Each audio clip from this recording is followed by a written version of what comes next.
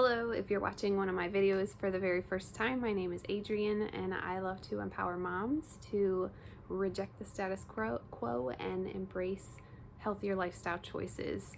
So in this homeschooling video, I'm going to be talking about the do's and the don'ts. So for the month of August, for each week, I've selected kind of a do and a don't, and then I'm going to elaborate on it. So this week, I'm talking about preparation. So my do is to plan and prepare. Do plan and prepare. That is important. Don't feel trapped. I'm going to drop a link to another video I did talking about pivot, like pivoting as a homeschool parent. So make sure you check that out if you're feeling like kind of stuck where you are. So underneath the do, things that you want to do, you obviously want to be praying and seeking guidance for what you're doing with your kids at home. Make sure that you are setting things up for them. You do want to figure out if you're going to use a curriculum, and if so, which one, and you want to order it. You want to make sure that your supplies are organized, so as you are starting your homeschool day, you're not spending a ton of time gathering materials. You want things to be organized and accessible and easy to put your hands on them, so you're not wasting valuable time locating your lesson materials and all those things. You also want to decide where you're going to school in your home. Are you going to be like a floating kind of family where you might do school on the couch, you might do it at the kitchen table, you might do it in someone's bed, you might do it on the living room floor, you could do it outside? Or are you going to have a designated area in your home? Maybe you have an extra room that you can use as a schoolroom. Make sure that you have that kind of in your head where you want to be. So again, when it's time to start, you're not wasting valuable time figuring all of that out. And some days that may change, sometimes with the seasons that will change, right? It's not going to be conducive to go outside for everyone in December like it might be in May and June. So make sure you have some ideas of where you want to be doing school. Also create some kind of plan or schedule.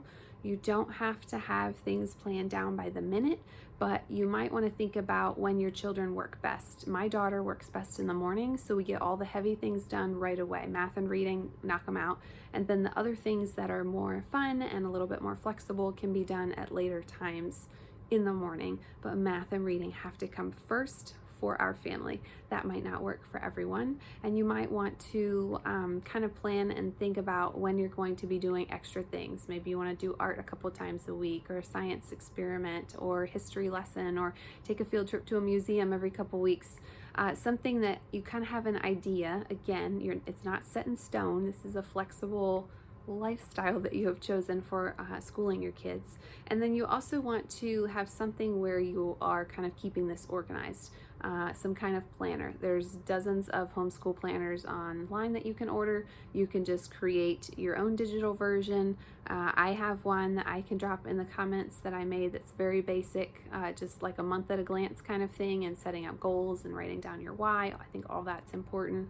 You can even just get like planner books at all kinds of different stores like Walmart, and even online sells different like calendar planning. Teacher planners would be really great. You could even look on Teachers Pay Teachers for planners there.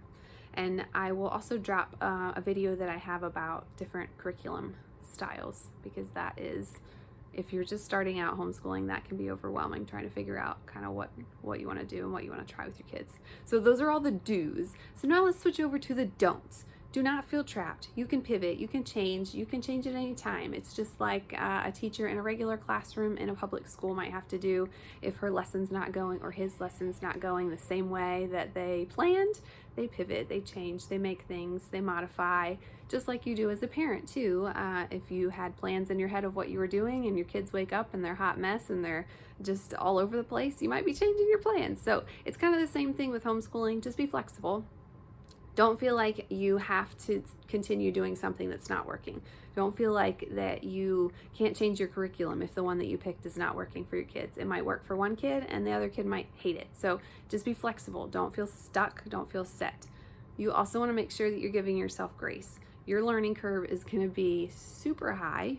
You might even be learning alongside your kids, which is totally fine. hard days are inevitable. So don't kind of set yourself up for that this is all going to be roses and sunshine, because it is not. There are going to be hard days, and writing out your why is going to be helpful for that. Why you're choosing to homeschool to help you on those really hard days.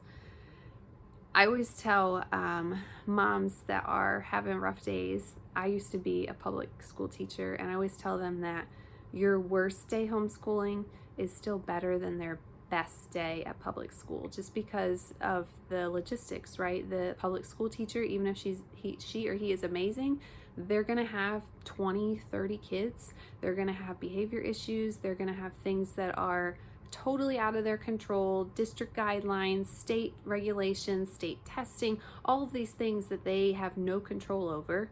And then the whole time that your child is in school, totally a waste of time, like 6 hours. They really don't need to be there that long. I'll get off my soapbox now. So just don't fret if you're having a really bad day, because I promise it's not as bad as you think it is. Also remember, each child is different. Don't feel like you have to do the same exact approach and the same exact thing for each child. They are each their own little animal, right? If you've had more than one kid, you know that they are all very different, and homeschooling is going to be the same. They might have different learning styles. They might work differently. One might work better in the morning and the other in the afternoon. So you just kind of have to figure it out, and just, again, give yourself grace. What works for one may not work for the other. And then you don't have to have it all figured out right now. You don't even have to entertain questions about what you're going to do for calculus if you're homeschooling a kindergartner. I have a whole nother video where I talk about ridiculous comments and questions that people get asked, that I'll drop that link in there too, just to give you some giggles. Just take it 1 year at a time. If you're in a really rough stage of your life, maybe you've lost a family member, maybe you're struggling with an addiction, whatever it is that you've got going on, maybe you need to take it a month-by-month basis. Don't feel like you have to have everything figured out and like the 5, 10, 12-year plan for your homeschooling.